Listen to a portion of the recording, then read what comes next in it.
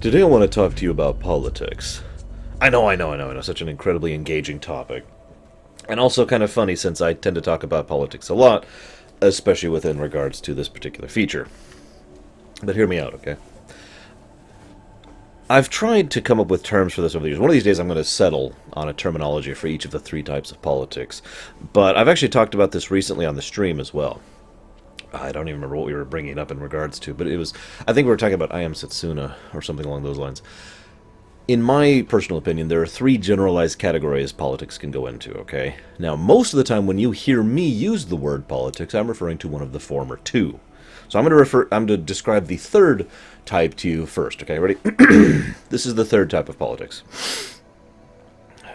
The subcommittee for the secondary faction decides that, due to the motion that has been passed by the former examinatory committee with regards to the secondary paperclip motion, which has been attached to the sub-motion, has been ratified and therefore should be considered in accordance with the primary function of this motion. Now, given this, we now have to take a revote on whether or not we should allow this procedure with regards to both the motion and the sub-motion to continue.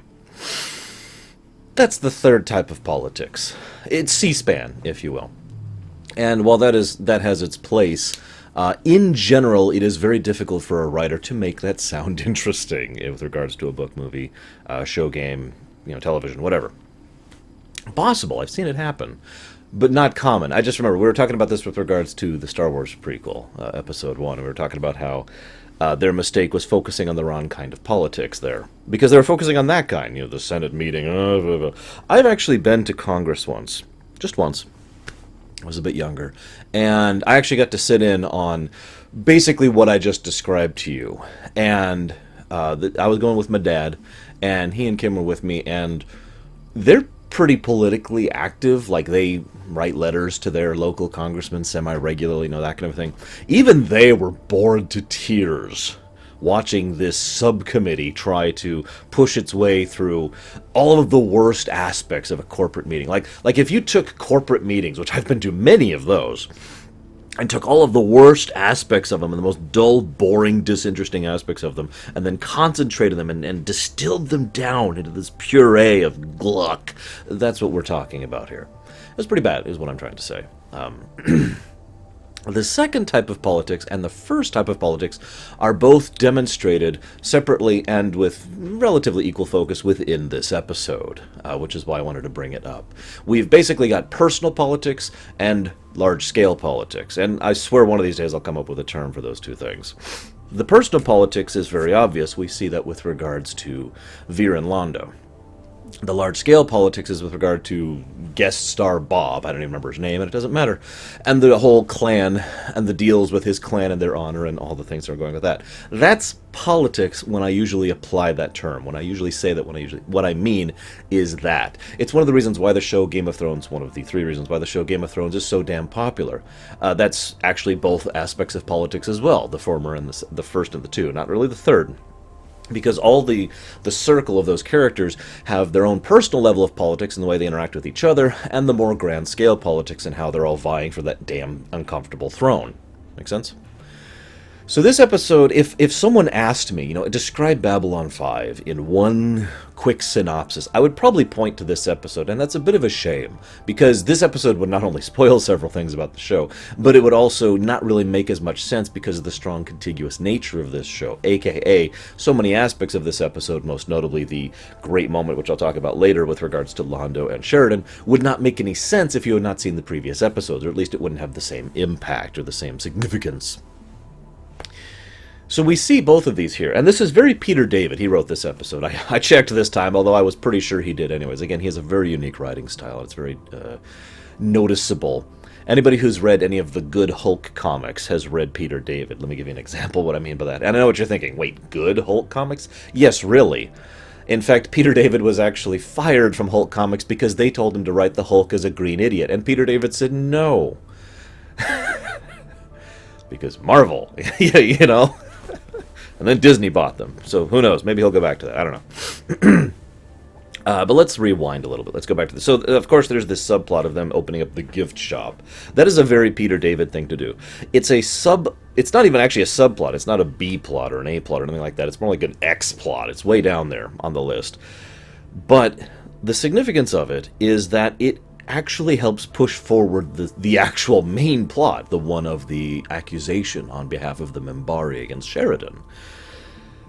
It sits there in the background as kind of a way to lighten the mood, which is a technique some writers use. They've got two very serious plots here. Veer's future and his concerns for both himself and his people, and Sheridan and his very tenuous situation both with the Minbari and with his own government, to the point where his own government had to send him a lawyer saying, I'm going to try and defend you, but I'm just going to go ahead and let you know that even if I have to defend you, you're getting fired. These are all some fairly bad portents. And then there's this gift shop plot. And yet the gift shop plot is what gives the answer to the main plot. It's a nice little touch, the way that works. But of course, then there's that line. Now, some people have speculated that this was actually a dig at Star Trek Deep Space Nine, which, as of this point in time, was actually on the air and doing its own thing. I forget which season it was on. I don't know if that's true or not. I don't think it was a deliberate, vitriolic dig. I don't think they were trying to say Deep Space Nine sucks. Actually, quite the contrary. As I've said, many of the people who worked on Deep Space Nine and on Babylon 5 actually kind of passed back and forth, worked together, worked on the other show, and generally shared ideas and concepts and actors, talent, etc. And Lord knows Peter David has written a wealth of Star Trek stuff in his own right, so it's not like that would be considered out of bounds. I think that's more just kind of like an inside joke of ha-ha, right? Now, I do want to comment on, it really does say something, accurately, I might add, of how incredibly tenuous the overall galactic situation is, that something so incredibly minor I shouldn't say minor, something so poorly planned, as pointed out by Lanier himself, can cause such an incredible spark that nearly caused the destabilization of the Minbari-human relation, the removal of Sheridan from the position. Lord knows what that would have done to Delenn, for that matter. And I'm not sure how the Clark government, which, remember, at this point in time is very pro-Sheridan, would have reacted to that either. Also, remember, the Clark government has already been revealed as being very, very alien. I mean anti-alien, as in screw aliens, pro-human, So, this is a powder keg, is what I'm trying to say. And we've already seen this with the way the Narn and the Centauri War blew up in everyone's faces. That's something that's been that had been boiling the entire show thus far, and indeed for the last century or so in the backstory. This is no different. Now, excuse me. I like the immediate callback to lying. They actually flat out say, Minbari will not lie, which is a lie, appropriately. Because a Minbari says that a Minbari will not lie, and of course that is, a lie. As we've already demonstrated, though, this is, of course, the value of continuity within a show like this. They've already shown this concept. Because the way the Minbari think, and we really get a really in-depth personal insight into how Minbari culture works in this episode, the way the Minbari think is basically there's what's allowed and what's not allowed. I've talked about this before. And what is allowed regardless of other considerations of morality, ethics, etc. So they can lie, cheat, steal, murder, kill, whatever, as long as it is considered allowed. And by their definition of that, that is ethically acceptable. The gentleman who perpetuates this in this episode even admits freely that he doesn't fully agree with what's happening. But his clan elder said to do it, and that means it is required of him. That means it is allowed. Make sense? Someone put down his life, killed himself effectively, martyred himself, because it was allowed. And they lied to cover it up because it was allowed. You see where this goes? Now, there's a great 1-2 punch right at the end where the clan mentality is completely exposed with the way that they catch the gentleman. Because Lanier confronts him full tilt and says, I'm going to go... And it's a great Lanier, by the way, scene. It's one of my favorite Lanier scenes in general, and my favorite Lanier scene thus far. He flat out says, no, as soon as you leave, I'm going to go ahead and volunteer my information on the matter. And they're like, oh my god, no, that'll disgrace everyone. No, actually, I will actually regain honor as a result of exposing your false honor. However, the clan, because of the way their clan mentality works, will be dishonored, and the clan itself will be screwed forever. Do note that Lanier makes this threat, knowing that what he is actually doing, with regards to cooperating with Delenn and Sheridan and Garibaldi, he is actually ensuring the downfall of his clan's honor. And given how much of an importance the Minbari place on this fake honor, I've talked about the fake honor concept before, he is actively disgracing his own clan because of his own belief of code of ethics, and, let's be blunt, his blind loyalty to Delenn. That colors his judgment. I point this out significantly and strongly because this really, really shows the clan mentality in a nutshell. I will regain my honor, but I will dishonor my entire clan. I will do what is necessary, even though I disagree with it, because my clan says to do it.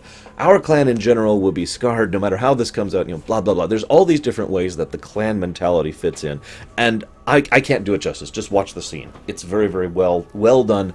Perfect insight into Minbari personal clan mentality culture. It's very, very well done. But then I really like Sheridan. This is the beginning of Sheridan's second character arc. We've already done a lot of establishing of his character. By necessity, due to him being a new character as of Season 2, we had to really introduce us to who Sheridan is in most of the previous episodes. Now he can begin character arc, character growth. To diverge just for a moment, I've made a point very, very clear many times about the 5 points of story. There's a reason that both characterization and character growth are separate points. Everything up to this point has been characterization, as in fleshing out the character, giving him depth, giving him layers, etc., etc. Character growth is the obvious, really, at that point. It's the character moving on, and indeed character arcs are the most commonly known and acknowledged way to do that, where the character goes and moves and develops as an individual and goes into the future with regards to where they're going. So this is the beginning of Sheridan's character arc, his compromise that he offers to them. He doesn't really have any reason to offer this, put bluntly. The only reason he would do it is as a gratitude to Lanier, knowing that Lanier's clan will be disgraced by this. Not Lanier, but at the same time, Lanier would be disgraced by this by being a part of the clan because of the nature of how this could come out. And there's some degrees of whether that would affect Lanier or not, but the bottom line is Sheridan, to some extent, understands this is something that would bother Lanier. Even if his own personal honor, his fake honor, is intact, it would still hurt him to know that his clan was dishonored with fake honor. And real honor, to be completely blunt. So Sheridan reaches out the olive branch and says, why don't we just go ahead and clear this up, leave the mystery there, no need to shame anybody. That is definitely a step forward for Sheridan as a character, and I'm very interested to see where that's going to go. And of course, I've already seen where that goes, but you get my point. And of course, there's this, I mentioned this earlier, I'll just touch on this briefly. It is very Peter David to have this silly little C-plot. Pardon me. And this little C-plot happens to give the answer to the A-plot. In this case, It shifts from the B plot, which is Veer and Londo, over to the C plot, where Londo sees the figurine is outraged by the lack of attributes, and then he takes that to Sheridan, saying, "How dare you?" And then Sheridan, in a fit of anger, just says something, just kind of not really intending to provoke a response, which causes Londo to say, "No, Minbari can lie." It's a nice way to tie together all three plots in one contiguous loop. Again, very Peter David. He's a good writer. I like him. I also, I want to comment as a positivity, basically everything about the gift shop scene, it was just the one scene, but everything about it was phenomenal. The guy who's like, oh, hey, and pulls off the alien mask, and it was actually one of the masks that they use for the show, and pulls it off, and there's the actor underneath. He's like, can I get you anything? As if he was just wearing a mask in character, and then, of course, there's the alien wearing the human mask who pulls that off, and they do some really good, funny stuff with this. It was a good thing. This episode also made me laugh right at the end, which I want to comment on now. I'm not even kidding. I was just sitting here and I'm watching, and I'm dour, of course, because I don't know why. Because it's my normal default mood. And the bear smacks the window. And I just burst out laughing, just boop. And I'm just like, I died. I lost it. That absolutely killed me. It's also worth noting Peter David's bear. That bear continued forward in some of his other works. I'm not joking. I forget which one's off the top of my head, but he made that kind of a running gag, which turned into another thing in some of his other literary works, the bear floating through space. I'm not even making this up. I have nothing but praise for the actor who plays Veer in this episode. I can't remember his name right now, forgive me. I'm really bad with names in general. And of course the actor who plays Londo, but I've heaped praise on him for forever, ever since the very first episode. But Veer? Oh my god. His scene where he's sitting there drunk, and he's obviously upset about being forced to leave, but at the same time, it's not the typical take on that. It's not just that, oh, I was just getting comfortable here, or I want to be here. It's, I don't know where I want to be. I feel wrong everywhere. I'm between a fire and a flood, is how he phrased it. And that is an amazing analogy. And I have to keep your secrets here, and I'm worth nothing there. He lays it out wonderful, and that's probably our first raw, naked look at Veer the character. Again, very good characterization, and this is the second time we've seen the beginning, I'd say the third time actually, we've seen the beginning of Veer's character arc. The first time was when he gave his rather wise comment to Londo, I mentioned that, and the second was when he urged Londo not to do certain things that led to the beginning of the war. This is the third time, and so his character arc is already starting to move. And he's starting to progress down it. We see once again Veer is much more of a thinker than anyone gives him credence for. And that makes perfect sense, doesn't it? What have we learned about the Centauri? What have we been talking about for a year and a half of episodes now? I don't know how long. I guess I started this like last fall. So we're almost about a year of real time of me covering Babylon 5. We've been talking over and over and over about how the Centauri are political. All three types really, but mostly the former two. And they have a very backbiting, very vicious, very underhanded, very backstabbing sort of culture that is constantly this endless Darwinian sort of culture, right? A wise thinker type of person will be drowned or reduced to irrelevance in that kind of culture. And that's exactly what has happened to Veer. He was a joke. His family hated him. He was assigned to this post as an insult. It was something that was forced upon him because screw him. And so it makes perfect logical sense that Veer would be the kind of person who could be, I'm just going to say this bluntly, a better man, a better person. Someone who can rise above the negative aspects of his culture to champion the positive aspects of his culture. And he does that in this episode. He lays it out with Londo very clearly. And in the end, he just says, I'm sorry. This is not your problem. It's my problem. I'm sorry. And at the end there, when Londo shows solidarity, that hit me right in the feels. The fact that Londo, after all he has gone through and all he has done, has grown attached to Veer makes sense for three big reasons. First and foremost, it's just logical. The two did start off in the gutter together, and Londo's the kind of guy who, as I've said before, values honesty and loyalty, and Veer has been both. So he wants to reward his assistant. Second reason it makes sense is because he doesn't want some backbiting standard cultural idiot of the Centauri to be, some kind of sycophant to be his assistant. We've seen before his distaste for sycophantry and the general nature of it. Remember when his wives came aboard? Remember which wife he chose? The one who was honest with him? The one who wasn't licking his boots constantly? Do you think Londo, with the powerful and dangerous circles he's roaming into, wants someone who could be easily bribed to spy on, manipulate, or kill him? No. He wants the person who has been with him since he was in the gutter. The person who has shown him real loyalty time and time again. And that brings me to my third point. You remember how Londo cherished his friendship with Garibaldi? Because Garibaldi was his friend when Londo had nothing to offer him. And regardless of all sentimentality and emotion and perspective, Londo can look at that and mathematically say and provably say, Garibaldi was my friend. Because I had nothing to give him and he was still interested in being my friend. Same situation with Veer. When Londo was nothing, Veer was still there with him, working for him, and taking care of him. This is a great episode. This is a really, really great episode. And I'm sorry that I have nothing else to add to it. So I guess I'll just see you guys next time.